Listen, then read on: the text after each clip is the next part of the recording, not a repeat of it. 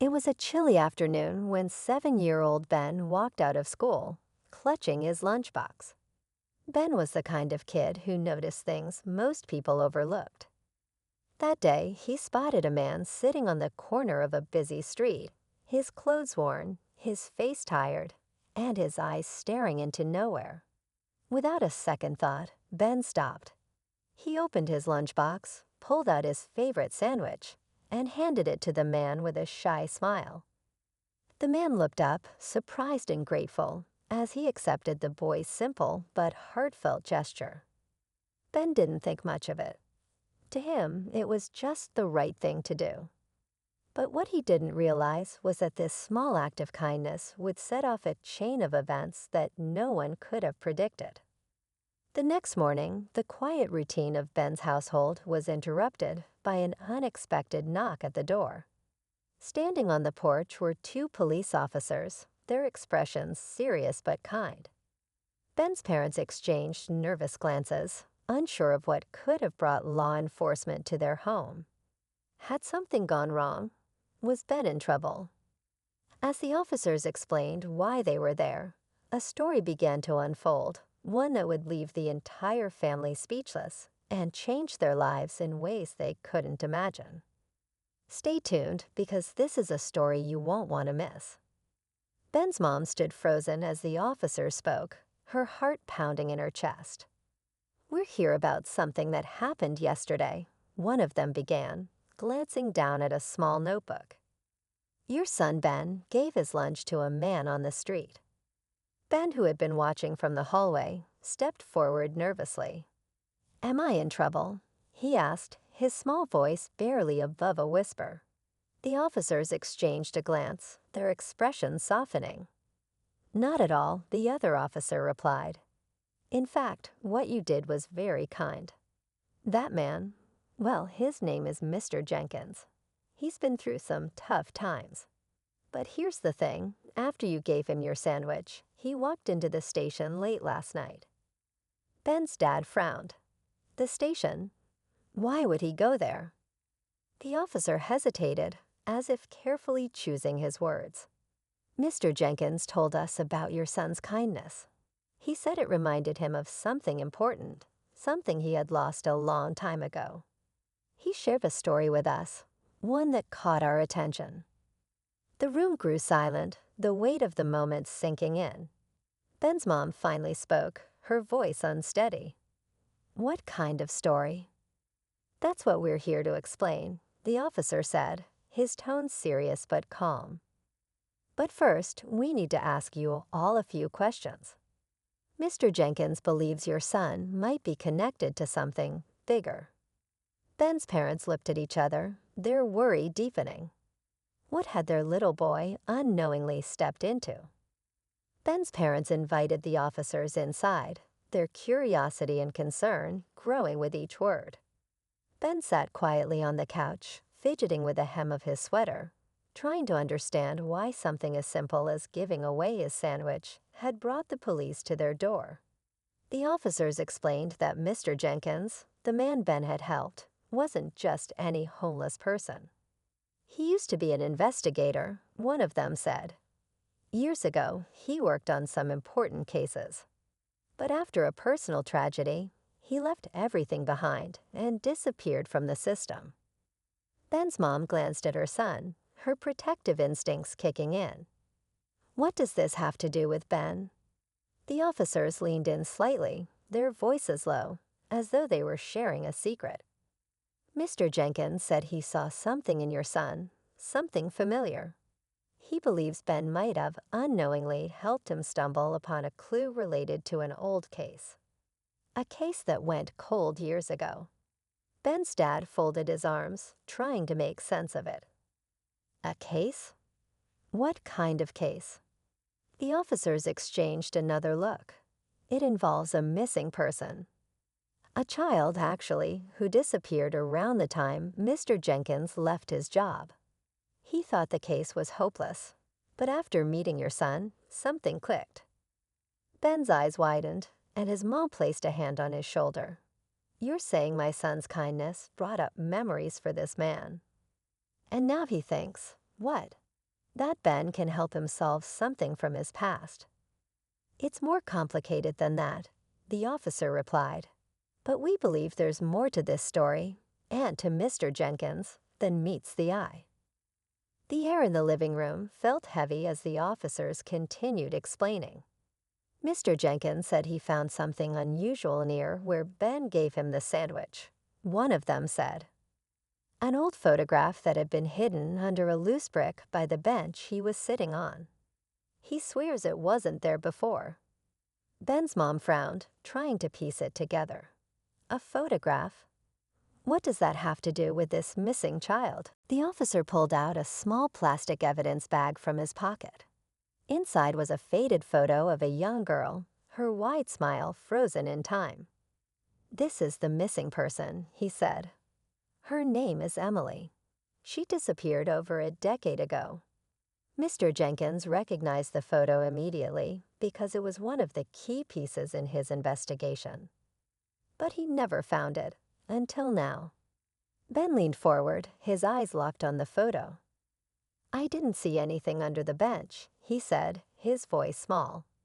I just wanted to help him. The officer nodded. We know Ben.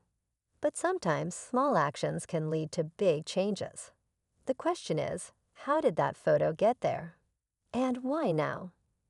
Ben's dad rubbed his temples, clearly struggling to process the situation. You're telling us a photograph tied to a cold case just happened to show up where my son gave a man his lunch. Exactly, the officer replied. It's as if someone wanted it to be found. But here's where it gets even stranger. Mr. Jenkins swears he saw someone watching from the shadows after Ben left. Someone who ran off the moment he tried to approach. The family's unease grew as they realized this was no coincidence. Something, or someone, had drawn them into a mystery far bigger than they could have imagined. The room fell silent as everyone processed what the officer had said. Ben's mom tightened her grip on his shoulder, her mind racing. Someone watching, she repeated, her voice trembling. Are you saying whoever left that photo might still be out there? The officer nodded grimly. It's a possibility.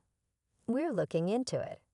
What's strange is that Mr. Jenkins described the figure as wearing a dark hoodie and moving quickly, almost as if they didn't want to be seen. He tried to follow, but they disappeared before he could get close. Ben's dad shook his head in disbelief. This is starting to sound like something out of a movie. Why would anyone do this? And why involve Ben? Before the officers could respond, a faint knock echoed from the front door. Everyone froze. Ben's mom exchanged a worried glance with his dad. Were you expecting anyone else? She asked. The officers stood, their hands instinctively moving toward their belts. One of them motioned for everyone to stay back as they approached the door. When they opened it, there was no one there, just an envelope lying on the doormat. The officer picked it up carefully, examining it. It was unmarked, except for a single word scrawled in shaky handwriting. Asterisk list an asterisk. Inside was a folded piece of paper.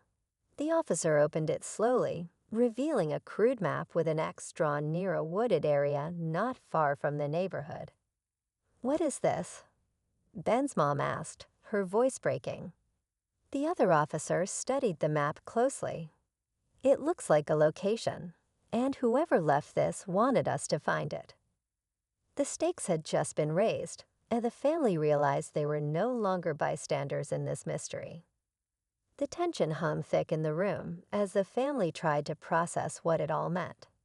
The officers, now fully alert, decided to follow the map, but not without caution.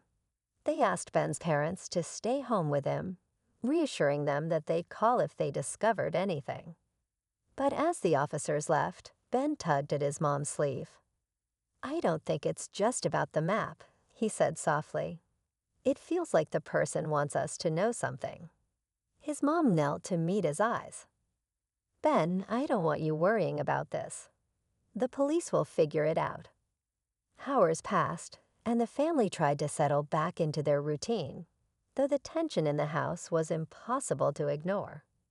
Finally, just as the sun dipped below the horizon, Ben's dad's phone rang. It was one of the officers. "We found something," he said, his voice tight. "You need to come down here."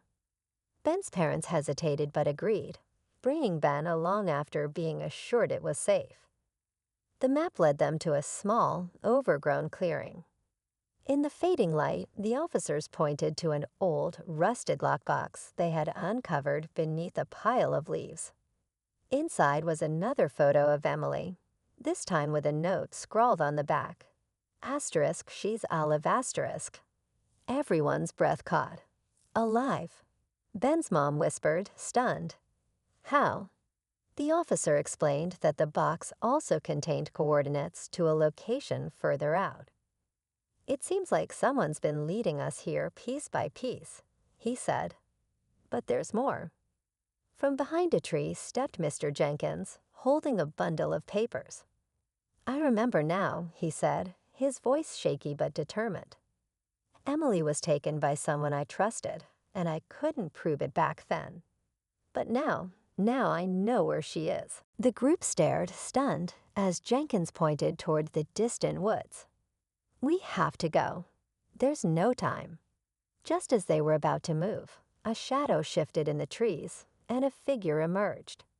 It was the same hooded person Jenkins had seen before. They pulled back their hood to reveal an older woman with tear-streaked eyes. "Emily didn't vanish," she said, her voice breaking.